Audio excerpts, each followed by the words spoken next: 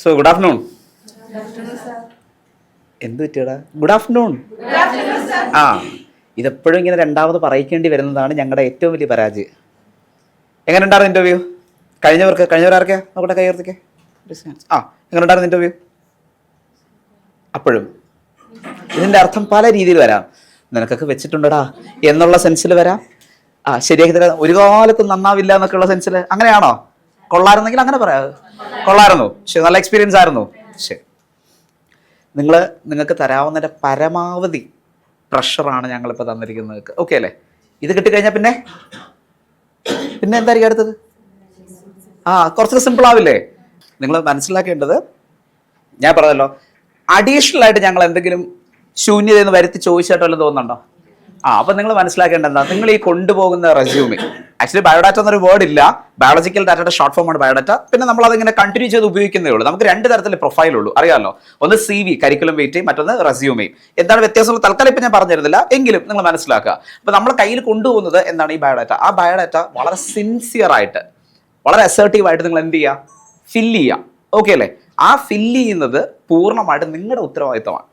അപ്പൊ എന്താണ് ഇന്റർവ്യൂ എന്ന് പറഞ്ഞാൽ എന്താണെന്ന് മനസ്സിലാകുന്നത്? എന്താണ് ഇന്റർവ്യൂ? നിങ്ങൾ എന്തൊക്കെയാണോ ബയോഡാറ്റയിൽ അറിയാമെന്ന് പറഞ്ഞ് നിങ്ങൾ രേഖപ്പെടുത്തിയിരിക്കുന്നത്, ആ വിഷയങ്ങളിൽ നിങ്ങൾക്ക് എത്രത്തോളം കാര്യങ്ങൾ അറിയാം. അല്ലാതെ നിങ്ങൾക്ക് അറിയാത്ത കാര്യങ്ങളെ കുറിച്ച് ചോദിക്കാനല്ല ഇന്റർവ്യൂ ബോർഡിരിക്കുന്നത്. ഓക്കെ ആണോ? അപ്പൊ ആരാ പ്രധാനപ്പെട്ട ഉത്തരവാദി? ആണല്ലോ. നിങ്ങൾ എഴുതിയതേ ഞങ്ങൾ ചോദിച്ചുള്ളൂ, ഇല്ലാത്തതൊന്നും എന്ത് ചെയ്തിട്ടില്ല, ചോദിച്ചിട്ടില്ല. പിന്നെ ഞങ്ങൾ ചോദിച്ചതുപോലെ ആവണമെന്നില്ല, പക്ഷേ ഈ ലെവലിൽ തന്നെ ആയിരിക്കാം ചോദ്യങ്ങൾ വരുന്നത്. ഇത് മാക്സിമം നിങ്ങൾക്ക് ഞങ്ങൾ തന്നു കഴിഞ്ഞു. ഓക്കെ അല്ലേ? അപ്പൊ അത് നിങ്ങൾ മനസ്സിലാക്കുക. പലരും ആഗ്രഹം എന്താ? ഒരു കോമ്പറ്റേറ്റീവ് എക്സാമിന് പോകുമ്പോൾ അല്ലെങ്കിൽ ഇന്റർവ്യൂവിന് പോകുമ്പോൾ ആഗ്രഹം എന്താ? എളുപ്പമാണോന്നാണോ പ്രയാസമാണെന്നാണോ?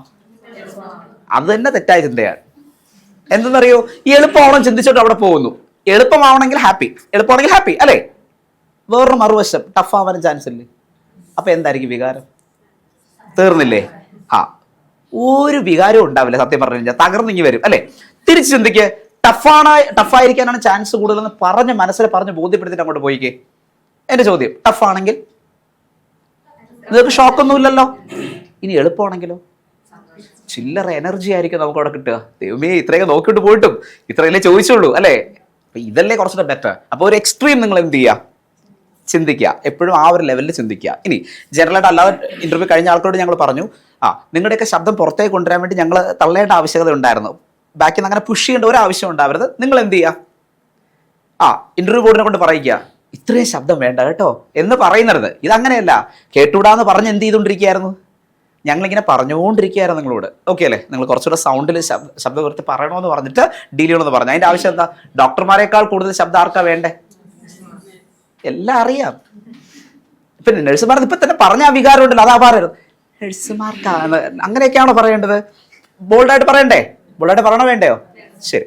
എല്ലാ ദിവസവും എന്ത് വായിക്കുക? പത്രം വായിക്കുക. ആരോഗ്യ മേഖലയിൽ അപ്ഡേറ്റ്സ് അറിഞ്ഞിരിക്കുക. പുതിയ മരുന്നുകൾ, പുതിയ മെഷീൻസ്, ഇതെല്ലാം കണ്ടെത്തുന്നത് ആദ്യം അറിയേണ്ടത് ആരാ? നിങ്ങൾ തന്നെയാണ്. കാര്യം പ്രാക്ടിക്കലി ഒരു ഡോക്ടറെക്കാൾ കൂടുതൽ കാര്യങ്ങൾ പേഷ്യന്റുമായിട്ട് കണക്ഷൻ വരുന്നതും ഇത്തരം കാര്യങ്ങൾ ഡീൽ ചെയ്യുന്നത് ആരാ? നഴ്സുമാരാണ്. അത് നിങ്ങളുടെ ഉത്തരവാദിത്വമാണ്. അത് നിങ്ങൾ ഡീൽ ചെയ്താലേ പറ്റും. പിന്നെ എക്സ്പീരിയൻസ് ചിലരെ മറച്ചു വെച്ചിട്ടുണ്ട്, ചിലർ എഴുതിയിട്ടുണ്ട്. രണ്ടും ഒരുപോലെയാണ് എനിക്ക് തോന്നിയത്. മറച്ചു വെച്ച ആൾക്കാർ ഈ പറയുന്ന പോലെ തന്നെയാണ്. ഏതെങ്കിലും ഒരു വഴി കൂടെ അവരെ അറിയിക്കും ഞങ്ങൾ ഇവിടെ ഉണ്ടായിരുന്നു എന്നുള്ളത്. ഓക്കെ അല്ലേ? അപ്പൊ അവർ ചോദിക്കും എന്താ എഴുതാത്തത്? അതൊരു പണി. ഇനി എഴുതിയവരോ അതിനെക്കുറിച്ച് ഒരു വക അറിയില്ല. അതാ ഞാൻ പറഞ്ഞത്, രണ്ടിന്റെയും ഇഫക്റ്റ് എന്ത് തന്നെയായിരുന്നു? ഒന്ന് തന്നെയായിരുന്നു. അപ്പോൾ അങ്ങനെ ചെയ്യാതെ നിങ്ങൾ എഴുതുകയാണെങ്കിൽ ജെന്യുവനായിട്ട് എഴുതുക. പിന്നെ സ്വന്തം ഡിപ്പാർട്ട്മെന്റിൽ അറിവ് കുറവാണെന്ന് കണ്ടു കഴിഞ്ഞാൽ വേറെ ഏതൊരു ഡിപ്പാർട്ട്മെന്റ് എഴുതിക്കോ, പക്ഷെ അതും പൂർണ്ണമായിട്ടുള്ള ഉത്തരവാദിത്വം നിങ്ങളുടെ ആയിരിക്കും. അവസാനം അതും ഇല്ല ഇതും ഇല്ലാത്ത അവസരം. അതുകൊണ്ട് എഴുതുന്ന കാര്യങ്ങൾ ജെന്യുവനായിട്ട് എഴുതാൻ ശ്രമിക്കുക. ഓക്കെ അല്ലേ? ഓക്കെ ആണോ? പിന്നെ എനിക്ക് പ്രധാനമായിട്ട് നിങ്ങളോട് പറഞ്ഞു തരാണ്, നിങ്ങൾ നടന്നു വരുമ്പോൾ നിങ്ങളുടെ ആറ്റിറ്റ്യൂഡ്. ശരിക്കും പറഞ്ഞാൽ 2 മാർക്ക് പരമാവധി എന്തിനുണ്ട്? നിങ്ങൾ ഈ ഡോർ ഓപ്പൺ ചെയ്ത് ചെയറിൽ വന്നിരിക്കുന്നത് വരെ 2 മാർക്ക് പലപ്പോഴും എന്ത് ചെയ്യാറുണ്ട്? ചെക്ക് ചെയ്യാറുണ്ട്. ഒബ്വിയസ്ലി ബോർഡിൽ ഒരു സൈക്കോളജിസ്റ്റ് ഉണ്ടെങ്കിൽ ഉറപ്പായിട്ട് അയാൾ ആ 2 മാർക്ക് നിങ്ങളെ കാൽക്കുലേറ്റ് ചെയ്യുന്നത് അതായിരിക്കും. ഇങ്ങനെ നിങ്ങൾ നടന്നു വരുമ്പോഴാണ് ബേസിക്കലി നിങ്ങളെ സംബന്ധിച്ച് എന്തൊക്കെ കാര്യങ്ങൾ അവർക്ക് അറിയാൻ പറ്റുന്നത്? ഒന്നുകൊണ്ട് ഡ്രസ്സിങ് പൂർണ്ണമായിട്ട് അവർ കാണാൻ കഴിയുന്ന എപ്പോഴാണ്? ഈ നടന്നു വരുമ്പോഴാണ്. പിന്നെ ആറ്റിറ്റ്യൂഡ്. ചിലർ വന്ന് തന്നെ എന്നെ ഒന്നും ചെയ്യല്ലേ ദൈവമേ എന്ന് പറഞ്ഞുകൊണ്ടാണ് ചിലർ എന്ത് ചെയ്ത് നടന്നത്. അപ്പോഴേ അവർക്കത് മനസ്സിലായിട്ടുണ്ട്. അങ്ങനെയാണോ വരേണ്ടത്? സത്യം പറഞ്ഞ ഒരു രോഗി ഒരു അത്യാസന്ന നിലയിൽ വരുന്ന സമയത്ത് നിങ്ങൾ അടുത്തേക്ക് ചെല്ലുന്ന വിധം പോലും ബേസ് ചെയ്ത് അയാൾ അത് ബാധിക്കില്ലേ? നിങ്ങളിങ്ങനെ ആടിക്കുഴഞ്ഞ കണക്കാണ് ചെല്ലുന്നുണ്ടെങ്കിൽ അയാൾ അപ്പോഴെന്നെ വീണ് ചാവും. ആണോ? പക്ഷെ നിങ്ങൾ ഒരു ആറ്റിറ്റ്യൂഡിൽ നിങ്ങൾ ഇപ്പം അയാളെ വളരെയധികം ഹെൽപ്പ് ചെയ്യാൻ പോകുന്ന ഒരു ആറ്റിറ്റ്യൂഡിലാണ് പോകുന്നതെങ്കിൽ അത് തന്നെ മതി രോഗിക്ക് ആശ്വാസം അല്ലേ? ആണെന്നോ? അപ്പൊ ആറ്റിറ്റ്യൂഡ് വളരെ ഇമ്പോർട്ടൻ്റ് ആണ്. ഇനി ഡ്രസ്സിങ്, നിങ്ങളിൽ ആരുടെ ഡ്രസ്സ് എനിക്ക് അത്ര ഇതായിട്ട് തോന്നിയില്ല, എങ്കിലും ഞാൻ പറയുന്നത് നിങ്ങൾ കുറച്ചുകൂടി ലൈറ്റ് കളർ യൂസ് ചെയ്യുക. അതുപോലെ തന്നെ ചുരിദാർ തന്നെ യൂസ് ചെയ്യുന്നതായിരിക്കും ഏറ്റവും നല്ലത്. ചില സാരിയൊക്കെ കൊടുത്ത് കൂടുതൽ ആഠ്യത്വം കാണിക്കാൻ വേണ്ടി പോകും. ഓൾറെഡി ടെൻഷനിലാണ് പോകുന്നത്. സാരി എന്ന് പറഞ്ഞാൽ ഒരു ടെൻഷനും കൂടെയാണ് ഇല്ലേ, പെട്ടെന്ന് ഡിസ്റ്റർബ് ആവാനുള്ള സാധ്യത. അപ്പോൾ ചുരിദാർ നിങ്ങൾ യൂസ് ചെയ്യും. ചുരിദാർ യൂസ് ചെയ്യുമ്പോൾ ഷോള് 4 മടക്കി അയൺ ചെയ്ത് 1 സൈഡ് ഇടാൻ ശ്രമിക്കുക. നിങ്ങൾ ഡ്രസ്സിങ്ങിൽ ഏറ്റവും പ്രധാനമായിട്ട് ശ്രദ്ധിക്കുന്നത് അതാണ് എക്സിക്യൂട്ടീവ് സ്റ്റൈൽ. ഓക്കെ അല്ലേ? എക്സിക്യൂട്ടീവ് മനസ്സിലായല്ലോ? പിന്നെ ചുരിദാറിൽ എക്സ്പോസ്ഡ് ആവാനുള്ള സാധ്യതയൊക്കെ ഉണ്ട്, നിങ്ങൾക്ക് അത് മനസ്സിലായി കാണാം. അത് നിങ്ങളുടെ ഉത്തരവാദിത്തമാണ്. നേരത്തെ ക്ലിയർ ആയിട്ടൊക്കെ സ്റ്റിച്ച് ചെയ്ത് കംഫർട്ടബിൾ ആയിട്ടുള്ള ഡ്രസ്സാണ്, ടോപ്പാണ് ഉപയോഗിക്കുന്നതൊക്കെ നിങ്ങൾ ഉറപ്പ് വരുത്തുക. പിന്നെ ചിലർ നടന്നു പോകുമ്പോൾ ഒരു ബിൽഡിംഗ് മുഴുവൻ അറിയാൻ പറ്റും. നാഗവല്ലിയുടെ ചിലങ്കയൊക്കെ ഇട്ട് നടന്നു പോകുന്ന ആൾക്കാരൊക്കെ ഉണ്ട്. അങ്ങനെ കൊലുസും മറ്റു കാര്യങ്ങളൊന്നും ഉണ്ടായിരുന്നു. മാത്രമല്ല ഇവിടെ നിങ്ങൾക്ക് ചെരുപ്പിടാൻ അനുവാദമില്ലായിരുന്നു. PSC ഓഫീസിൽ പോകുമ്പോൾ ഇടാൻ അനുവാദമുണ്ട്. ചവിട്ടി തുഴിച്ച് പോകരുത്. ഓക്കെ അല്ലേ? ശബ്ദം കേൾപ്പിക്കാതെ നടക്കാനൊക്കെ പഠിക്കുക. ക്യാറ്റ് വാക്ക് ഒന്നും ചെയ്യണം ഞാൻ പറയുന്നില്ല. പക്ഷേ ഇത്തരത്തിലുള്ള ബഹളമൊന്നും ഉണ്ടാകാൻ പാടില്ല. ഓക്കെ അല്ലേ? ഇത് വളരെ പ്രധാനപ്പെട്ട ഒരു കാര്യമാണ്. ഇത്രയും ചെയ്ത് കസേരയിൽ ചെന്ന് ചിലരിങ്ങനെ ഇരിക്കാൻ തുടങ്ങിയിട്ട് ഇങ്ങനെയൊക്കെ നിന്ന് കളഞ്ഞ് അനുവാദം കിട്ടാതെ എന്ത് ചെയ്യരുത്? ശബ്ദം പോരാ. ചിലപ്പോൾ നിങ്ങൾ ഈ ഒരു കാര്യത്തിൽ എന്താണ് സ്ട്രെസ്ഡ് ആണോ എന്ന് അറിയാൻ വേണ്ടിയിട്ട് നിങ്ങൾ നിർത്തിക്കൊണ്ട് ചിലപ്പോൾ 2-3 ചോദ്യങ്ങൾ അപ്പൊ ചെയറിൽ നോക്കിക്കൊണ്ട് ഉത്തരം പറയരുത്. എപ്പോൾ ഇരിക്കാൻ പറയുന്നത് അങ്ങനെയൊന്നും ചെയ്യരുത്. അവിടെ നിന്ന് എന്ത് ചെയ്യുക? മറുപടി. സത്യം പറഞ്ഞാൽ നിന്നൊക്കെ മറുപടി പറയുന്നതാണ് ആശ്വാസം എന്ന് പറയുന്നത്. ഇരിക്കുമ്പോൾ എന്തോ ഹോട്ട് സീറ്റ് ഇരിക്കുന്ന ഒരു ഫീൽ കൂടെ വരില്ലേ? ഇനി ഇരിക്കുമ്പോൾ ചെയറിൽ എന്ത് ചെയ്യരുത്? തൊടരുത്. ചെയറിൽ ഇരിക്കരുതെന്നോ? പിന്നെ ഏറി ഇരിക്കാനോ? എന്ത് കുട്ടികളായിരുന്നു ദൈവമേ! ചെയറിൽ എന്ത് ചെയ്യുക? തൊടരുത്. എന്ത് ചെയ്യരുത്? തൊടരുത്. എന്തുകൊണ്ടാണ് ചെയറിൽ തുടരുന്നത് പറയുന്നത്? നമ്മൾ മലയാളികളുടെ ഒരു പൊതുസ്വഭാവം എന്താ? നമ്മൾ ഇരിക്കുന്ന സമയത്ത് എന്താ ചെയ്യുന്നത്? ചെയറിലങ്ങ് ഇരിക്കുമെന്നോ? അയ്യടാ. നമ്മൾ ചെയറിലേക്ക് പോകുന്ന നമുക്ക് താല്പര്യമില്ല. ചെയർ നമ്മുടെ അടുത്തേക്ക് വരണം ഇല്ലേ? അങ്ങനെയല്ലേ ചെയ്യുന്നേ? അത് ശരിക്കും തെറ്റാണ്. വേറൊന്നും കൊണ്ടല്ല. ഇന്റർവ്യൂ ബോർഡിൽ ഇരിക്കുന്ന മുഴുവൻ ആൾക്കാർക്കും കാൻഡിഡേറ്റിനെ കാണാൻ കഴിയുന്ന സ്ഥലത്താണ് എന്ത് പ്ലേസ് ചെയ്തിരിക്കുന്നത്? അപ്പോൾ പോയിന്റ് ഓഫ് കോൺടാക്ട് ആണ് നിങ്ങൾ അവിടെ എന്ത് ചെയ്യുന്നത്? ബ്രേക്ക് ചെയ്യുന്നത്. ഓക്കെ ആണോ? അപ്പോൾ ചെയറിൽ തുടരുത്. ഇനി മനഃപൂർവ്വം ഞങ്ങൾ ഇന്ന് ഹാൻഡ് റെയിൽ, കൈപ്പിടി ഇല്ലാത്ത കസേരയാണ് ഇട്ടത്. അങ്ങനെ ഇടുമ്പോൾ നിങ്ങളുടെ ഹാൻഡ് പൊസിഷൻ വളരെ ഇമ്പോർട്ടൻ്റ് ആണ്. എല്ലാവരും ഒന്ന് നിവർന്നിരുന്നേ. നിങ്ങളുടെ തൈസിലേക്ക് 2 കൈയും വെച്ച്. കാര്യം അവിടെ പോകുമ്പോൾ ഇത്തരത്തിൽ ഫയലോ ബുക്കോ ഒന്നും നിങ്ങൾ കൊണ്ടുപോകേണ്ട ആവശ്യമില്ല. തൈസിലേക്ക് ഇരുന്ന്. ഇതാണ് സിറ്റിംഗ് പൊസിഷൻ. ഓക്കെ അല്ലേ? ഹാൻഡ് പൊസിഷൻ കിട്ടിയല്ലോ. ഇങ്ങനെ ഇരിക്കുമോ? ഇങ്ങനെ ഇരിക്കണം. ചിലർ അവിടെ കൈ കെട്ടിയിരിക്കുന്നുണ്ടായിരുന്നു, ചിലർ നാരങ്ങ പിഴിയുന്നുണ്ടായിരുന്നു, ചിലർ കൈയൊക്കെ എടുത്തിട്ട് എങ്ങോട്ടൊക്കെ കൊണ്ടുപോകുന്നുണ്ടായിരുന്നു. പിന്നെ ഉത്തരം പറയുമ്പോൾ ഐ കോണ്ടാക്ട് വളരെ ഇമ്പോർട്ടൻ്റ് ആണ്. എല്ലാവരെയും ഫേസ് ചെയ്ത് നിങ്ങൾ എന്ത് ചെയ്യുക? കൊടുക്കുക. ഒരാൾ ചോദിച്ചെന്ന് പറഞ്ഞാൽ അയാളെ മാത്രം ഫേസ് ചെയ്യുന്നില്ല, എല്ലാവരെയും. ചിലരൊക്കെ അത് തുടക്കത്തിൽ മെയിൻറ്റെയിൻ ചെയ്തു, പിന്നെ കയ്യിൽ നിന്ന് പോയി. ചിലർ ആദ്യം മുതൽ അവസാനം വരെ ഈ ഇരിപ്പായിരുന്നു. ഓക്കെ അല്ലേ? എന്നെ കൊണ്ട് ഇനി ഒന്നിനും ഞാൻ തിരിക്കില്ല എന്നുള്ള വാശിയിലൊക്കെ ആയിരുന്നു. അതൊന്നും പാടില്ല കേട്ടോ. അപ്പോൾ എല്ലാവരുമായിട്ടൊന്ന് കോൺടാക്ട് വരണം. ഓക്കെ അല്ലേ? ചെയ്യും ഉറപ്പായിട്ടും. പിന്നെ സൗണ്ടിന്റെ കാര്യം ദയവ് ചെയ്ത് അവരെ കൊണ്ട് പറയിക്കരുത്, അത് മോശമാണ്. ഓക്കെ അല്ലേ? ഒപ്പണവിളി പിന്നെ ചില ശ്വാസമൊക്കെ പുറത്തു വരുന്നത് കണ്ടായിരുന്നു. അവിടെ ഞങ്ങൾ എല്ലാവരും പറഞ്ഞു കേട്ടോ, പുള്ളിക്കാരിയോട് പ്രത്യേകം എടുത്ത് പറഞ്ഞ കാര്യമാണ്. ഒരുപാട് തവണ റിപ്പീറ്റ് ചെയ്തു. അപ്പോൾ അതുണ്ടാവരുത്, ഒരിക്കലും ഉണ്ടാവരുത്. വാശിയിൽ എന്ത് ചെയ്യണം? ചെയ്തോളാം കേട്ടോ. പിന്നെ ഇത്രയും ഏരിയ നീറ്റ്ലി പ്രസൻറ്റബിൾ ആയിരിക്കണം. മുന്തിരിക്കൊല്ലിയൊന്നും വേണ്ട. ചിലർക്കൊക്കെ ഉണ്ടായിരുന്നു വന്നപ്പോൾ ദൈവം ചെയ്ത് കൊടുത്തിരിക്കുക. പിന്നെ ചിലരുടെ മുടിയൊക്കെ ഇങ്ങനെ എഴുന്നേരിപ്പുണ്ടായിരുന്നു. ടെൻഷൻ കൊണ്ടാണോ? ഞങ്ങൾക്ക് അവിടെ നിന്നുള്ള ലൈറ്റ് നല്ല രസമാണ്, തിളങ്ങി നിൽക്കുകയായിരിക്കും ഞാൻ കണ്ടത്. മനസ്സിലായോ? അപ്പം അതുകൊണ്ട് മുടിയൊക്കെ നന്നായിട്ട് കെട്ടി നീറ്റ്ലി പ്രസൻറ്റബിൾ ആയിരിക്കണം. ഓക്കെ അല്ലേ? ഈ ഏരിയ നീറ്റ്ലി പ്രസൻറ്റബിൾ ആയിരിക്കും. അതിനിപ്പോൾ തട്ടവിടുന്ന ആൾക്കാരാണെങ്കിൽ പോലും അവർക്ക് മുഖം മറയ്ക്കാൻ അനുവാദമില്ല. അവരും ഈ ഏരിയ ക്ലിയർലി വിസിബിൾ ആവുന്ന രീതിയിൽ തന്നെ ചെയ്യണം. ഓക്കെ അല്ലേ?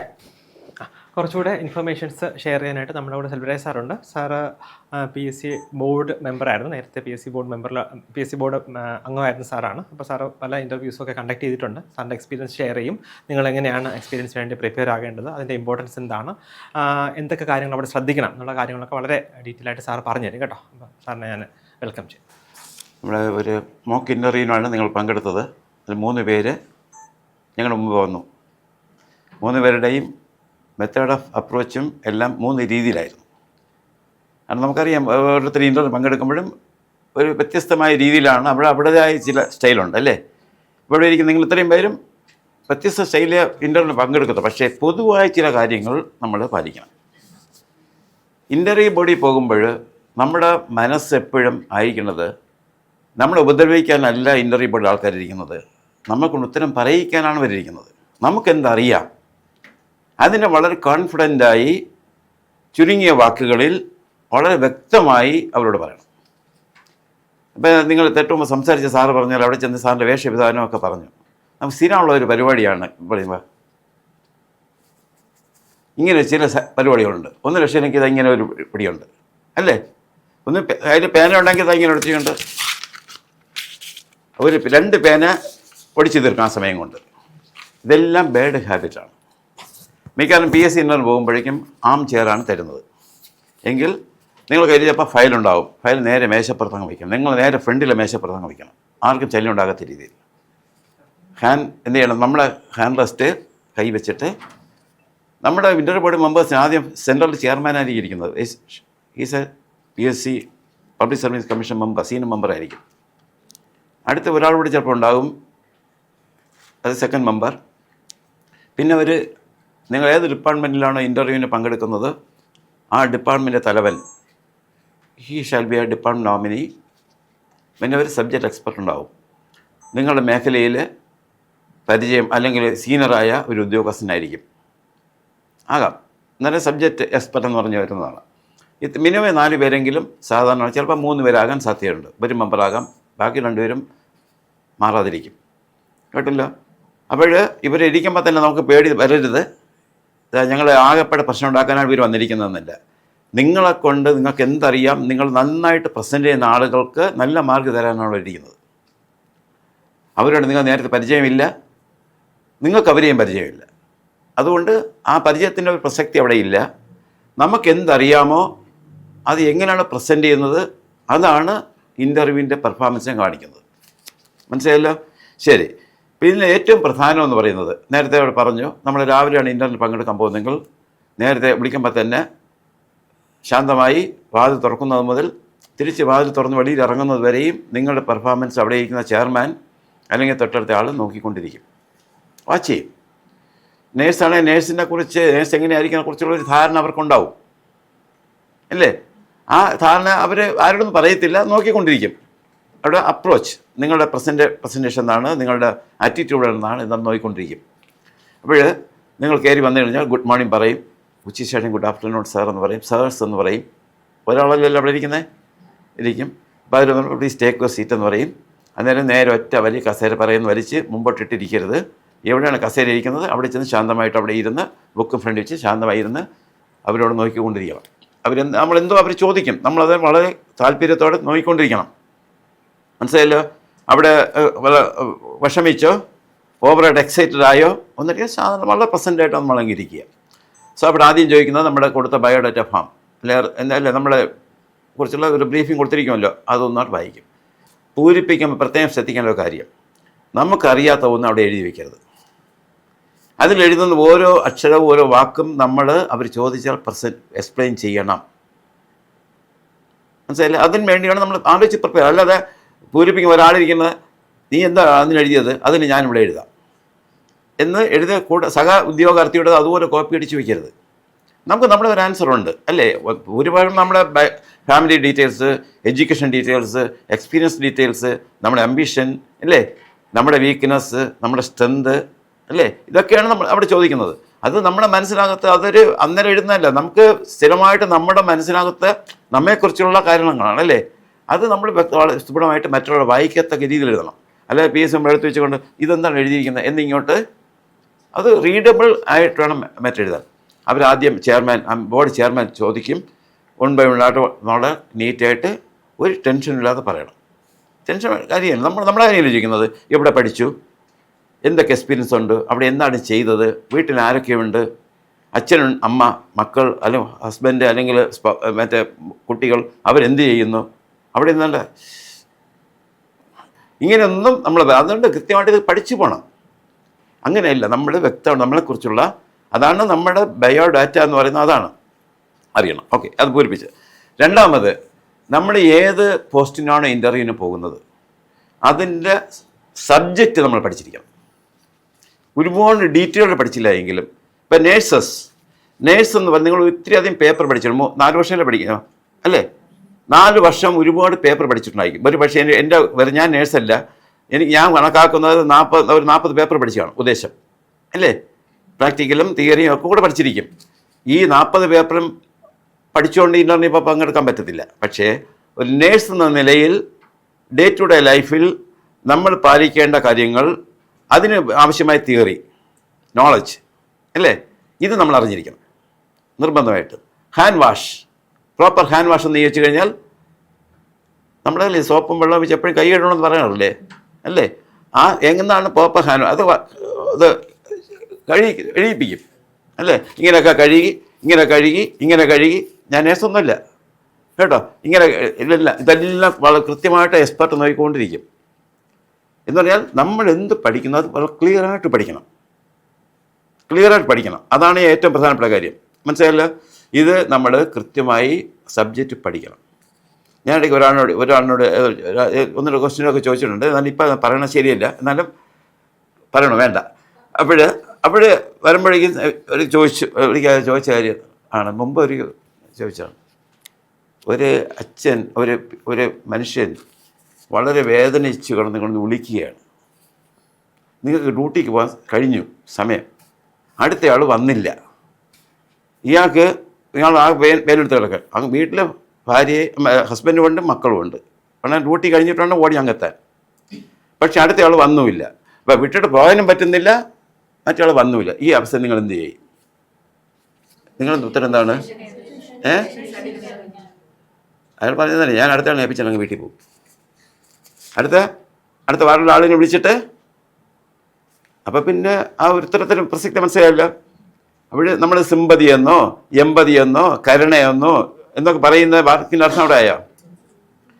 അടുത്ത നേഴ്സ് വരാൻ താമസിച്ചത് ഈ രോഗിയുടെ പ്രശ്നമല്ല അല്ലേ? രോഗിയുടെ പ്രശ്നമാണോ? അല്ല. രോഗിക്ക് വേദന വന്ന രോഗിയുടെ കുഴപ്പം കൊണ്ടാണോ? അല്ല.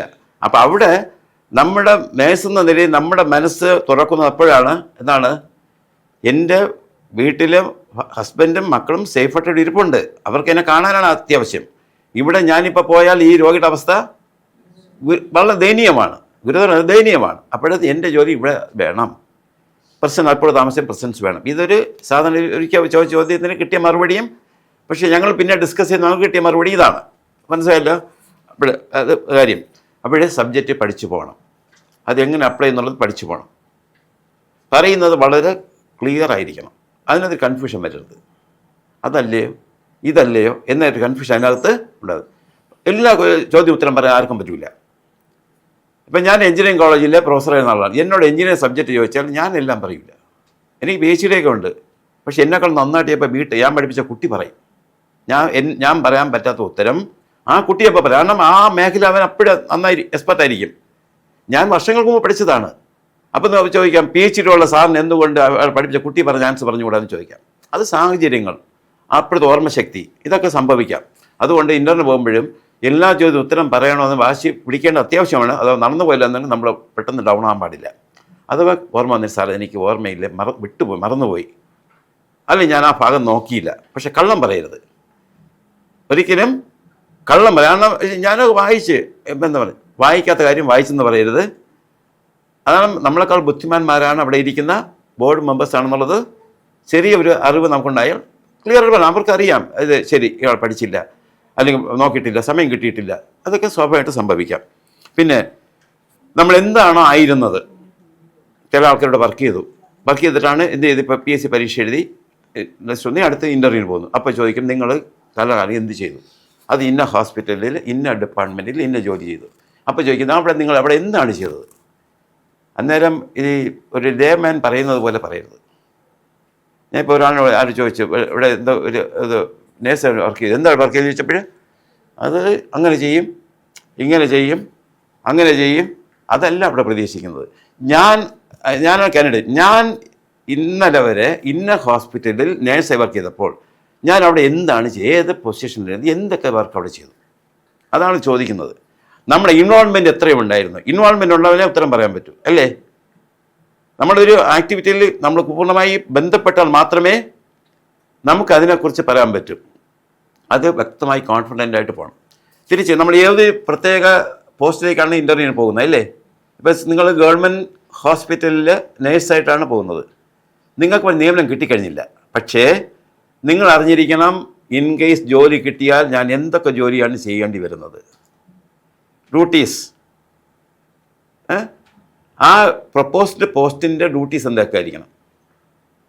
അവിടെ ഗവൺമെൻറ് ഹോസ്പിറ്റലിൽ കിട്ടി അവിടെ എന്തൊക്കെയാണ് ജോലികൾ ഞാൻ ചെയ്യേണ്ടി വരുന്നത് ഡീറ്റെയിൽ നമുക്ക് അറിയാൻ പറ്റില്ല. പക്ഷേ ചില കാര്യങ്ങൾ നമ്മൾ ഒരു അന്വേഷണം നമ്മുടെ അവിടുത്തെ വർക്ക് ചെയ്യുന്ന നേഴ്സിനെ കുറിച്ച് ചോദിക്കും, ചേച്ചി അവിടെ ആൻറ്റി ഇവിടെ എന്താണ് ജോലി, നിങ്ങൾ നേഴ്സല്ലേ, നമുക്ക് എന്തൊക്കെയാണ് ജോലികൾ ചെയ്യുന്നത്, ഇപ്പോൾ എന്തൊക്കെ പുതിയ ടെക്നോളജി അവിടെയുണ്ട്, അവിടെ എന്തൊക്കെയാണ് കാര്യങ്ങൾ വരുന്നത് എന്നൊക്കെ നമുക്ക് ചോദിക്കാമല്ലോ. ചോദിക്കുന്ന ഒരു അരമണിക്കൂർ സംസാരിച്ചാൽ നമ്മുടെ ഒരു 10 മണിക്കൂർ വായിക്കുന്നതിൻ്റെ ഗുണം നോക്കി ചെയ്യും. കേട്ടല്ലോ? ശരി. പിന്നെ നോളജ് അപ്ഡേറ്റ് ചെയ്യണം എപ്പോഴും. നമ്മളിപ്പോൾ ഇവിടെ നിങ്ങൾ മുമ്പ് നേരത്തെ ഇൻ്റർവ്യൂ പറഞ്ഞതാണ്, പത്രം വായിക്കുമോ? വായിക്കും. യൂട്യൂബ് ഉണ്ട്, പിന്നെ ഫേസ്ബുക്ക് ഉണ്ട്, ഇതെല്ലാം പക്ഷേ പത്രം എന്ന് പറയുന്നത് is a treasure of general knowledge.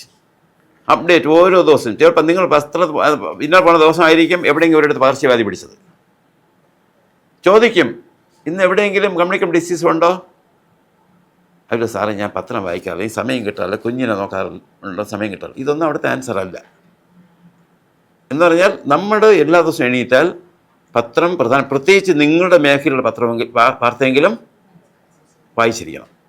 ഇതൊക്കെ ഞാൻ പറയും ഇൻ്റർവ്യൂവിന് പോസിറ്റീവ് ആറ്റിറ്റ്യൂഡാണ്. കാരണം ഇൻ്റർവ്യൂവിന് 1 മാർക്ക് കൂടുതൽ കിട്ടിയാൽ നിങ്ങളുടെ റാങ്ക് ലിസ്റ്റ് നിങ്ങളുടെ പേര് ഒരു 30, 40, 50 മുകളിൽ വരും. മനസ്സിലായില്ലേ? അത് അവിടെ വരും. അതുകൊണ്ട് ഇൻ്റർവ്യൂവിന് പോകുന്ന സന്ദർഭത്തിൽ ടെൻഷൻ വേണ്ട. ഫ്രണ്ട്ലി ടോക്ക് പോലെയാണ് നമ്മൾ സംസാരിക്കുന്നത്. ആ ഒരു എടുക്കണം. ഫ്രണ്ട്ലി ടോക്കാണ്. കാരണം നമ്മൾക്ക് ഉത്തരം പറയാൻ പറ്റാത്ത ചോദ്യങ്ങൾ അവർ ചോദിക്കില്ല. അഥവാ ചോദിച്ചാൽ അറിയില്ലെങ്കിൽ സാർ എനിക്കിത് അറിയില്ല എന്ന് പറയണം. സാർ ഇതെനിക്ക് അറിയില്ല എന്ന് പറഞ്ഞാൽ അത് നിങ്ങളുടെ മൈനസ് മാർക്കല്ല. നിങ്ങൾക്കത് ശരി അറിഞ്ഞോളാം എന്ന് പറഞ്ഞു, വെറുതെ ഇട്ട് അങ്ങോട്ടും ഇങ്ങോട്ടും ഇങ്ങനെ ഓടിക്കൊണ്ട് കളിച്ചില്ല. ശരി, ഓർമ്മ ഞാൻ ചിലപ്പോൾ നിങ്ങൾ ഒന്നാ പഠിച്ചോട്ട് പോകും. അവിടെ ചെല്ലുമ്പോഴേക്കും പെട്ടെന്ന് മറന്നുപോയി. സാർ നല്ല ഓർമ്മ സാർ, ഈ ടെൻഷനിൽ മറന്നുപോയി സാർ, ഞാൻ ആലോചിച്ച് ഓർക്കുമ്പോൾ ഞാൻ സാർ പെർമിറ്റ് പിന്നെ പറഞ്ഞുതരാം എന്ന് പറയുമ്പോൾ അതവർക്ക് മനസ്സിലാവും. ഇത് പ്രധാനമായിട്ട് കാര്യങ്ങളാണ്. പിന്നെ ഇൻ്റർവ്യൂ എല്ലാം കഴിഞ്ഞു. ചെയർമാൻ ചോദിക്കും, രണ്ടാമത്തെ മെമ്പർ ചോദിക്കും, എക്സ്പെർട്ട് ചോദിക്കും, ഡിപ്പാർട്ട്മെൻറ്റ് നോമിനി ചോദിക്കും. ഇങ്ങനെ സർക്കിൾ കഴിഞ്ഞ് അവസാനം ചെയർമാൻ്റെ അടുത്തേക്ക് വരും, ബോർഡ് ചെയർമാൻ്റെ അടുത്ത് വരും. വന്നിട്ട് അവസാനം എല്ലാം കൂടെ കഴിഞ്ഞിട്ട് നിങ്ങൾ എന്ത് ചെയ്യും, എല്ലാം പറഞ്ഞ് സമ്മപ്പ് ചെയ്തിട്ട് ഓക്കെ കഴിഞ്ഞു എന്ന് പറയുമ്പോഴേക്കും എന്ത് ചെയ്യും, കർത്താവ് ശ്വാസം കിട്ടി എന്ന് പറഞ്ഞിട്ട് ബുക്കെടുത്ത് ഒറ്റ ഓട്ടം ഓടും അല്ലേ? അപ്പോഴെന്താണ് ചെയ്യേണ്ടത്? സാർ താങ്ക് യു സാർ എന്ന് പറഞ്ഞാൽ പതുക്കെ ഒന്ന് എണീറ്റ് താങ്ക്സ് പറഞ്ഞിട്ട് എന്ത് ചെയ്യണം, ബുക്ക് എടുക്കണം, സാവധാനം നടന്നു വന്ന പോലെ തിരിച്ച് സാവധാനം ഇറങ്ങി പോകണം. വാതിൽ അടച്ചിട്ട് പോയിട്ട് ഒരു പോക്കുണ്ടല്ലോ, അടച്ചിട്ട് പോകരുത്, ശാന്ത പോകുക. ഇത് വാതിൽ തുറക്കുന്നത് മുതൽ തിരിച്ചിറങ്ങി വാതിൽ അടയ്ക്കുന്നത് വരെ നമ്മുടെ മൂവ്മെൻ്റ് ശ്രദ്ധിക്കും. മനസ്സിലായില്ല? പിന്നെ PSC ഇൻ്റർവ്യൂവിന് പോകുമ്പോൾ ആരും മനഃപൂർവ്വമായിട്ട് ദ്രോഹിക്കില്ല. നിങ്ങൾ ആദ്യം ശ്രദ്ധിക്കണം, നമ്മുടെ കയ്യിരിപ്പ് കൊണ്ട് മാത്രമേ ചിലപ്പോൾ എന്തെങ്കിലും സംഭവിക്കൂ. നമ്മുടെ കയ്യിൽ പെർഫോമൻസ് കൊണ്ടാണ് സംഭവിക്കുന്നത്.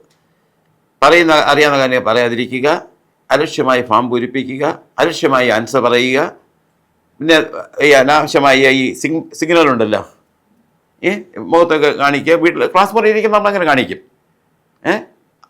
അതൊന്നും കാണിക്കാതെ ഇരുന്ന് കഴിഞ്ഞാൽ സ്വാഭാവികമായിട്ടും 2 ഉത്തരം തെറ്റിപ്പോയാലും നമ്മുടെ മാർക്കിൽ കാര്യമായി കുറവൊന്നും വരൂല. ഇത് പുറത്തോ അല്പം തെറ്റിപ്പോയ 1-2 ആൻസർ പറയാൻ പറ്റിയില്ല, ഒരു ടെൻഷനും വേണ്ട. അതിൻ്റെ പേരിൽ മാർക്കുന്നവർ ഒരു 10, 15, 20 ചോദ്യം ചോദിച്ചു, 13 ശരിയായി പറഞ്ഞു, അല്ലെങ്കിൽ 12 ശരിയായി പറഞ്ഞു, 3 തെറ്റിപ്പോയി. അതിന് നമ്മൾ സാറത് എനിക്ക് ഓർമ്മയില്ല, ഞാൻ ആ ഭാഗം നോക്കിയില്ല. പിന്നെ ചിലപ്പോൾ ഇൻ്റർവ്യൂ ചോദിക്കും, നിങ്ങൾ ഇന്ന് ഇൻ്റർവ്യൂവിന് വേണ്ടി ഏത് പോർഷൻ നിങ്ങൾ പഠിച്ചുകൊണ്ട് പോകുന്നു, പ്രിപ്പയർ ചെയ്ത് പോകുന്നു, ഏതൊക്കെ ടോപ്പിക്കുകൾ അല്ലെങ്കിൽ സബ്ജക്റ്റുകളാണ് പ്രിപ്പയർ ചെയ്ത് പോകുന്നത് ചോദിക്കും. പ്രിപ്പയർ ചെയ്ത സബ്ജക്റ്റ് മാത്രമേ പറയാവൂ. പ്രിപ്പയർ ചെയ്യാൻ നമുക്കൊരു ക്രെഡിറ്റ് കിട്ടാൻ വേണ്ടി ഞാൻ ആദ്യം നോക്കി, ഈ പേപ്പർ നോക്കി, ഈ പേപ്പർ നോക്കി, ഈ പേപ്പർ എല്ലാം നോക്കും. അവിടെ ഇരിക്കുന്ന ആർക്കെങ്കിലും ഈ പേപ്പറുകൾക്ക് അറിയാമെങ്കിൽ അവരതിനൊന്നും ചോദിക്കും. നമ്മുടെ ഭാഗ്യക്കേടിനെ നമ്മൾ നന്നായിട്ട് വായിക്കാത്ത പേപ്പറായിരിക്കും പറഞ്ഞത്. അതോടെ പ്രശ്നം എന്താ ചെയ്യുമ്പോൾ ഒരു തീരുമാനം, ആ വിഷയത്തിലൊരു തീരുമാനം ആകും. അതുകൊണ്ട് നിങ്ങൾ പേപ്പർ നോക്കണം, പഠിച്ച പേപ്പർ, പ്രിപ്പയർ ചെയ്ത പേപ്പർ അതുപോലെ പറഞ്ഞാൽ ബ്ലാക്ക് ആൻഡ് വൈറ്റ് ആണെങ്കിൽ പറയണം, ഫ്രീ ആയിട്ടങ്ങ് പറയണം, സാർ ഇന്ന പേപ്പർ. പക്ഷെ അത് ചോദിച്ചാൽ നമുക്ക് കൃത്യമാണ് നമ്മളത് ആൻസർ പറയണം. അതിനാൽ നന്നായിട്ട് വായിക്കണം, അതിനകത്ത് നമുക്കൊരു ആശയം ഉണ്ടാക്കണം വേണം. പിന്നെ ഇതിനെ കുറച്ചൊന്ന് വായിച്ചിരുന്നാൽ മാത്രമേ ഇൻ്റർവ്യൂ തരുമ്പോഴേക്കൊരു നമുക്കൊരു ടെൻഷൻ ഫ്രീ സിറ്റുവേഷൻ കോൺഫിഡൻസ് കിട്ടും. നമ്മളൊന്നും വായിക്കാതെ അത് കേട്ട് ഇങ്ങനെ പോയി കഴിഞ്ഞാൽ ഓട്ടോമാറ്റിക്കലായിട്ട് നമുക്കൊരു ടെൻഷൻ ഉണ്ടാവും അല്ലേ? പക്ഷെ എന്തെങ്കിലും വായിച്ച് കേട്ട് പഠിച്ചു പോയാൽ എന്ത് ചെയ്യും? പ്രിപ്പയർ ചെയ്തൊക്കെ പോയി കഴിഞ്ഞാൽ നമുക്കൊരു ടെൻഷൻ ഉണ്ടാവില്ല. അത് ഇവിടെ നിന്ന് അവിടെ നിന്ന് ചോദിച്ചാലും പറയാം, ഇവിടെ നിന്ന് ചോദിച്ചാലും പറയാം, ഇങ്ങനെ ചോദിച്ചാലും പറയാം. ഇത് കൃത്യമായിട്ട് കേട്ടോ. ഇതാണ് ഞാൻ പറഞ്ഞ പ്രധാനപ്പെട്ട കാര്യങ്ങൾ. ഇനി നിങ്ങൾക്ക് പിന്നെ ആപ്ലിക്കേഷൻ ഇത് ബയോഡാറ്റ പൂരിപ്പിക്കുമ്പോൾ അത് പ്രധാനപ്പെട്ട ഒരു ഇഷ്യൂ ആണ്. പലരും ബയോഡാറ്റ പൂരിപ്പിക്കുമ്പോൾ എന്നെ എഴുതും. എന്നയുടെ ഫുൾ ഫോം എന്താണ്? Not applicable. അതിൻ്റെ അർത്ഥം എന്താണ് മലയാളത്തിൽ? മലയാളത്തിൽ അർത്ഥം എന്താണ്? നോട്ട് ആപ്ലിക്കബിൾ, ബാധകമല്ല. ഇതിന് സിമിലർ അർത്ഥം വരുന്ന നിങ്ങൾ അനുസരിക്കുന്ന വാക്കുകൾ ഏതൊക്കെയാണ്? നോ, നിൽ, അല്ലേ? ഇങ്ങനെയൊക്കെ ചില വാക്കുകൾ നമ്മൾ ഉപയോഗിക്കാറുണ്ടല്ലോ. ഇതൊക്കെ എവിടെ ഏത് വാക്ക് ഉപയോഗിക്കണം? ഞാൻ ഒരു ഒന്ന് രണ്ട് ഇത് കോളം പറയാം. Do you have any job work experience? Do you have any work experience? അല്ലേ? അതിന് പ്രീവിയസ് എക്സ്പീരിയൻസ് എന്ന് ചോദിച്ചാൽ എനിക്ക് എക്സ്പീരിയൻസ് ഇല്ല. ഞാൻ ഇതെങ്ങനെ എഴുതും? നോ എന്നെഴുതും. അടുത്ത എക്സ്പീരിയൻസ് ഉണ്ടെന്ന് വിചാരിക്കുക, എന്തെഴുതും? യെസ്. അപ്പോൾ രണ്ടാമത് ചോദ്യം. അപ്പോൾ ചോദ്യം ഇതാണ്, do you have any previous experience? Second, if so give details. അതാണ് സെക്കൻഡ് പാർട്ട്. ഇതാണ് ഇടതുവശത്തെ പോർഷൻ.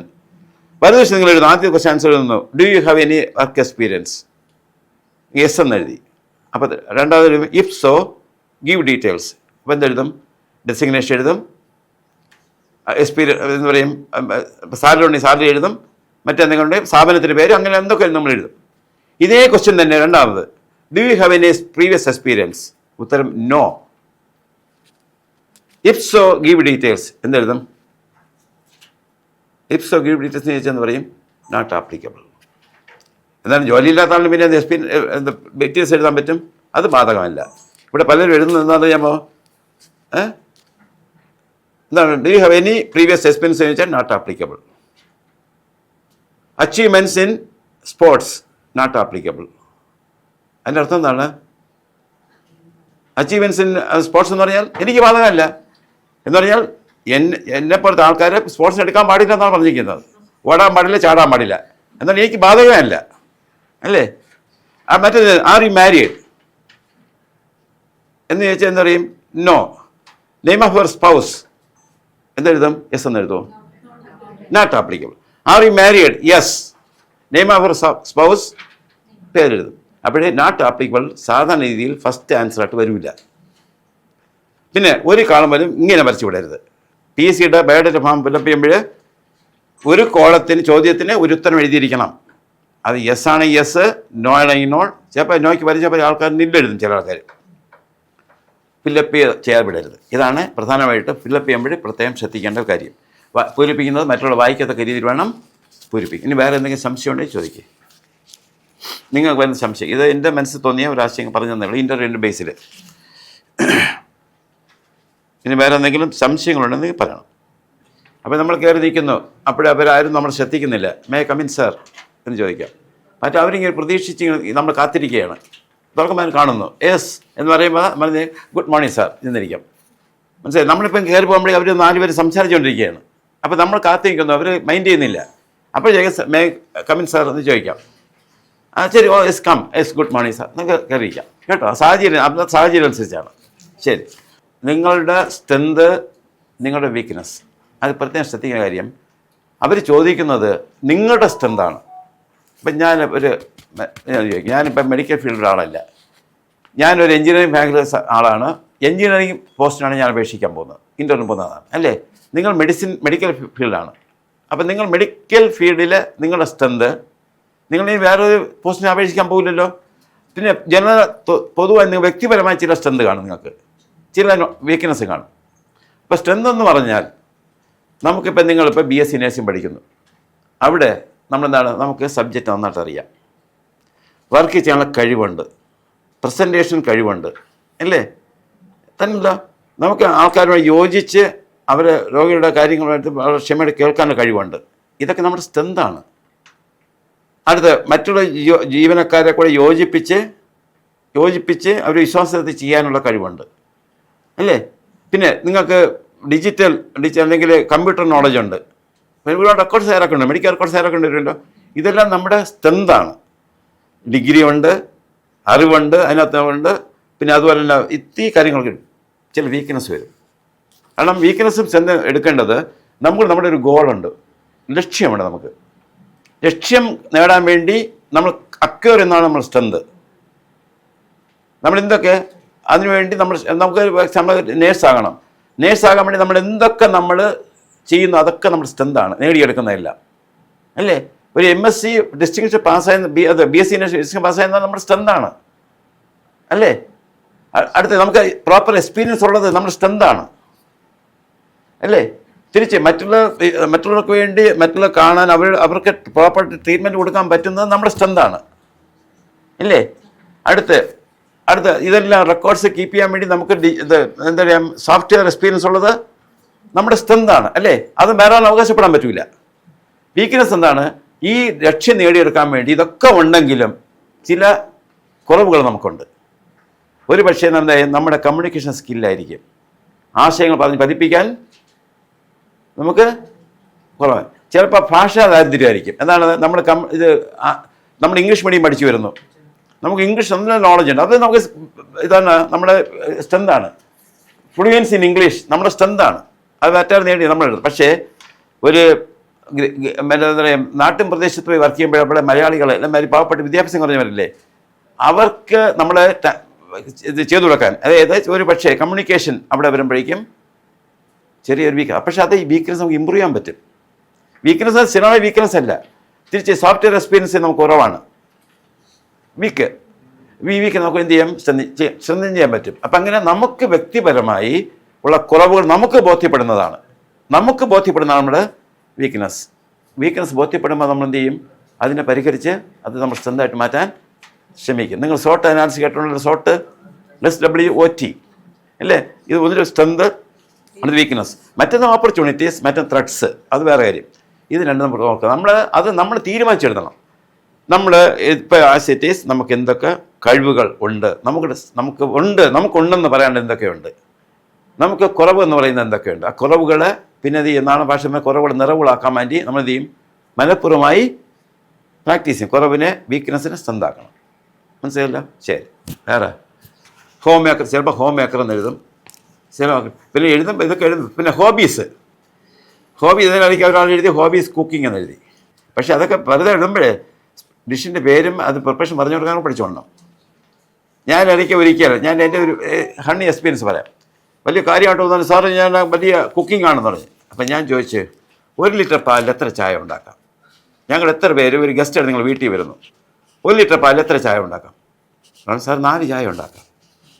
അപ്പം ഞാൻ പറഞ്ഞു 1 ലിറ്റർ പാലിൽ എത്ര ഗ്ലാസ് പാലെന്ന് അറിയാമോ ചോദിച്ചു. ഇങ്ങനെ ഞാൻ പറഞ്ഞ് എൻ്റെ കണക്കനുസരിച്ചാണെങ്കിൽ സാധാരണ ചായ കൂടിയ ഗ്ലാസ്സിൽ ഒരു 5 ഗ്ലാസ് പാല് വരും, 200 ml വെച്ച് 5 ഗ്ലാസ് പാല് വരും. അപ്പോൾ 1 ഗ്ലാസ് ലിറ്റർ പാലിൽ എത്ര ചായ ഉണ്ടാക്കും? ഉടമ്പനെ സാറ് 10 ഉണ്ടാക്കാം. വെറുതെ ഇങ്ങനെ അടിക്കുക. മനസ്സിലായല്ലോ? നമ്മൾ എന്ത് പറഞ്ഞാലും അറിയാവുന്ന മാത്രമേ പറയാവൂ. അറിഞ്ഞുള്ള നമുക്ക് ജാട കാണിക്കാൻ വേണ്ടി, ഞാനിതൊക്കെ ചെയ്യുന്നത് കാണിക്കാൻ വേണ്ടി എൻ്റെ ബോഡി പോയൊന്നും ചെയ്യരുത്. ഞാൻ PSC മെമ്പർ ആണെങ്കിൽ ഞാൻ PSC മെമ്പർ സമയത്ത് ഞാൻ പഠിച്ചിട്ടേ പോകും. ഞാൻ അതിനുവേണ്ടി ഇൻ്റർവ്യൂവിന് മുമ്പ് ഞാൻ പഠിച്ചിട്ട് വേണമെന്ന് അവിടെ ചെന്ന് എന്തെങ്കിലുമൊക്കെ മേഖലയിൽ ഞാൻ ഡോക്ടർമാർ ഇന്ന നടത്തിയിട്ടുണ്ട്, നഴ്സസ് നടത്തിയിട്ടുണ്ട്, ടീച്ചേഴ്സ് നടത്തിയിട്ടുണ്ട്, എൻജിനീയേഴ്സ് നടത്തിയിട്ടുണ്ട്, പിന്നെ ആയുർവേദ എല്ലാം നടത്തിയിട്ടുണ്ട്. Basically I am from my mechanical engineer.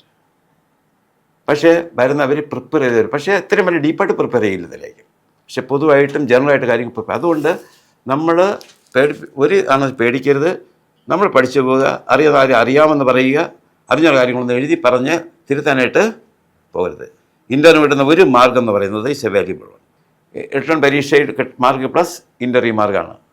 അത് പെർഫോമൻസ് പോലെ ഇരിക്കും. നന്നായിട്ട് പെർഫോം ചെയ്യാൻ പറ്റും. നന്ന് പ്രിപ്പയർ ചെയ്ത് എല്ലാം ഒന്ന് ശരി ഇന്നതൊക്കെ അഴിച്ച് പോയാൽ ചെയ്യാൻ പറ്റും. അത് ചെയ്യാം. പിന്നെ ഇത് പറഞ്ഞ എൻ്റെ വെള്ളത്ത ഒരു കാര്യം പറയാം. ഇവിടെ നിങ്ങൾ പലരും PSC പരീക്ഷ എഴുതി അല്ലേ, ഒബ്ജക്റ്റീവ് ടൈപ്പാണ്. ഞാൻ ഒരാളുടെ ചോദിച്ചു എത്ര മാർക്കുണ്ട്? 40 മാർക്ക് പ്രതീക്ഷിക്കാം. എത്ര ശരിയായിട്ട് എഴുതി കാണും? ഒരു 48 ശരിയായി കാണും. എത്ര തെറ്റെഴുതി കാണും? ഒരു 20 തെറ്റെഴുതി കാണും. തെറ്റ് മീൻസ് ശരിയെന്ന് വിശ്വാസമില്ലാത്ത എഴുതി. പക്ഷേ നിങ്ങളുടെ ഫീച്ചർ സംബന്ധിച്ച് ശ്രദ്ധിക്കേണ്ടത്, അദ്ദേഹം 48 നന്നായിട്ട് എഴുതി, 20 നമ്മൾ ദൈവം പാതി ഞാൻ പാതി എന്ന രീതിയിൽ ആണ് ഭാഷ പറഞ്ഞ് എഴുതി. സന്തോഷം. എത്ര മാർക്ക് കുറഞ്ഞു? 0.3 മാർക്കാണ്, 3 മാർക്കാണ് ഒരു തെറ്റിന് മൈനസ്. 20-ന് എത്രയായി? 20-ന് എത്രയായി? 21 7.